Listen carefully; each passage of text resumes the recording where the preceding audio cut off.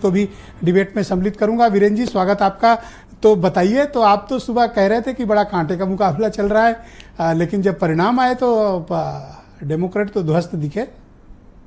ब्रजेश जी, एक नारा था अपने यहाँ कि बहुत हुई बाइडेन सरकार, अब की बार ट्रंप सरकार। तो वो सरकार ट्रंप वाली तो आ गई, लेकिन एक चीज जरूर है, जैसे अपने यहाँ ओपिनियन पोल फेल हो गए थे, वैसे ही अमेरिका में भी ओपिनियन पोल इस बार फेल हो गए ट्रंप के मामले में, और वो बहुमत से आगे निकल गए। इसको लोग जिसको कांटे की टक्कर बता कह सकते हैं कि अमेरिका के ज्यादातर लोगों ने ट्रंप के उस वीरता पर वो मोहित हुए हैं, उस उनकी बेबाकी पर मोहित हुए हैं, जिसमें वो पूरी दुनिया को खुलेआम मैसेज देते हैं। उनके ऊपर गोली भी चलाई गई, लेकिन वो डरे नहीं। तो ये बात बहुत बड़ी है कि पहले बुलेट से फिर बैलेट से दोनों जगह ट्रंप जीत कर आए हैं। वाह! तो ये एक बहुत बड़ी चीज है अमेरिकी राष्ट्रपति के लिए, ट्रंप की जीत को। वैसे भारत में देखिए, एक चीज बहुत साफ है कि ट्रंप ने बांग्लादेश में जो हिंदू मारे गए उनके आलोचना की थी। भारत के वो प्रिय मित्र हैं और भारतीय अर्थव्यवस्था के लिए उनका आगमन अच्छा होगा। इसका संकेत आज आपको जो शेयर मार्केट है उससे मिल गया होगा। वैसे एक चीज अपने यहाँ बहुत आरोप लगता है कि मोदी सरकार अडानी और अंबानी को बहुत फायदा पहुंचाती, बहुत मजा देती है। अब ट्रंप के ऊपर भी आरोप लग जाए कि सब एलन मस्क को सारा मजा दे रहे हैं, ये सारा फायदा पहुंचा रहे हैं। एक उद्योगपति वहां भी तैयार हो गया है। अच्छा। अब उसके लिए भी देर सवेर हंगामा मचेगा। मतलब मजा दे रहे हैं से आपका मतलब है कि व्यापार बढ़ाएंगे उनका? हाँ वही, और अच्छा, क्या, जैसा चाहो वैसा करो। ठीक ठीक जी। तो वो वाला मामला जब आ जाएगा तो डॉलर तो अपने आप मजबूत हो जाएगा। रुपया के लिए थोड़ा परेशानी पैदा करेगा अगर डॉलर मजबूत होगा तो, क्योंकि हम जो चीज खरीदेंगे फिर उसके लिए हमको ज्यादा कीमत चुकानी पड़ेगी। ब्रजेश जी, ये राष्ट्रपति का जो परिणाम आया ये दुनिया के लिए बहुत महत्वपूर्ण है, क्योंकि दुनिया के कई देश युद्ध में चल रहे हैं, तनाव की स्थिति है।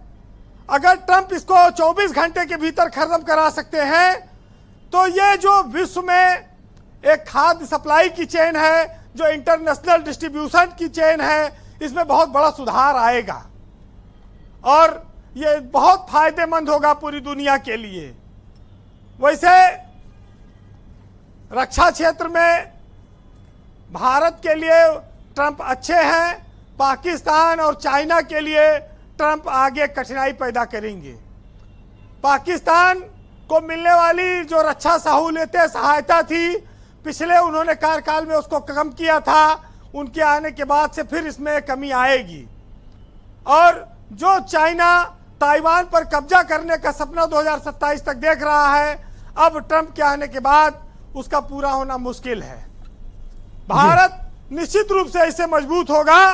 और देखिए, यूक्रेन युद्ध तो अब खत्म हो जाना चाहिए लोग कह रहे हैं, क्योंकि पुतिन और ट्रंप दोनों हाथ मिलाए हुए हैं, ये दोस्त हैं। और यूक्रेन को अगर नहीं मिलेगी मदद अमेरिका की तो कितना दिन लड़ पाएगा? सब घर द्वार तो ऐसे टूट चुका है, बिल्डिंगें गिर रही हैं, लोग बंकर में कितना दिन बैठेंगे? अब तो मामला खत्म हो जाएगा। लेकिन एक चीज जरूर है कि यूक्रेन के साथ फिलिस्तीन भी दुखी है, क्योंकि वो जान रहा है कि अब इजराइल, नेतन्याहू जो है वो ताकतवर हो जाएंगे।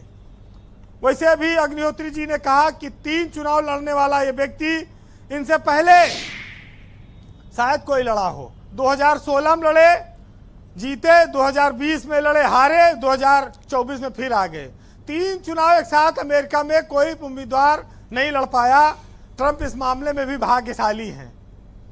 लेकिन आज की प्रचंड जीत दुनिया के लिए एक मैसेज है।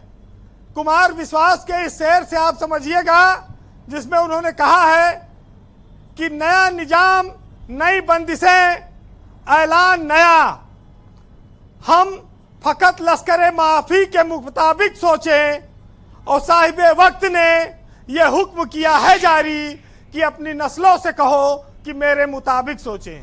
बहुत शुक्रिया वीरेंद्र जी, आपका बहुत बहुत धन्यवाद ग्राउंड जीरो से अपना इनपुट, फीडबैक और ओपिनियन हम तक पहुंचाने के लिए। बहनों भाइयों, इस परिचर्चा का दूसरा चरण प्रारंभ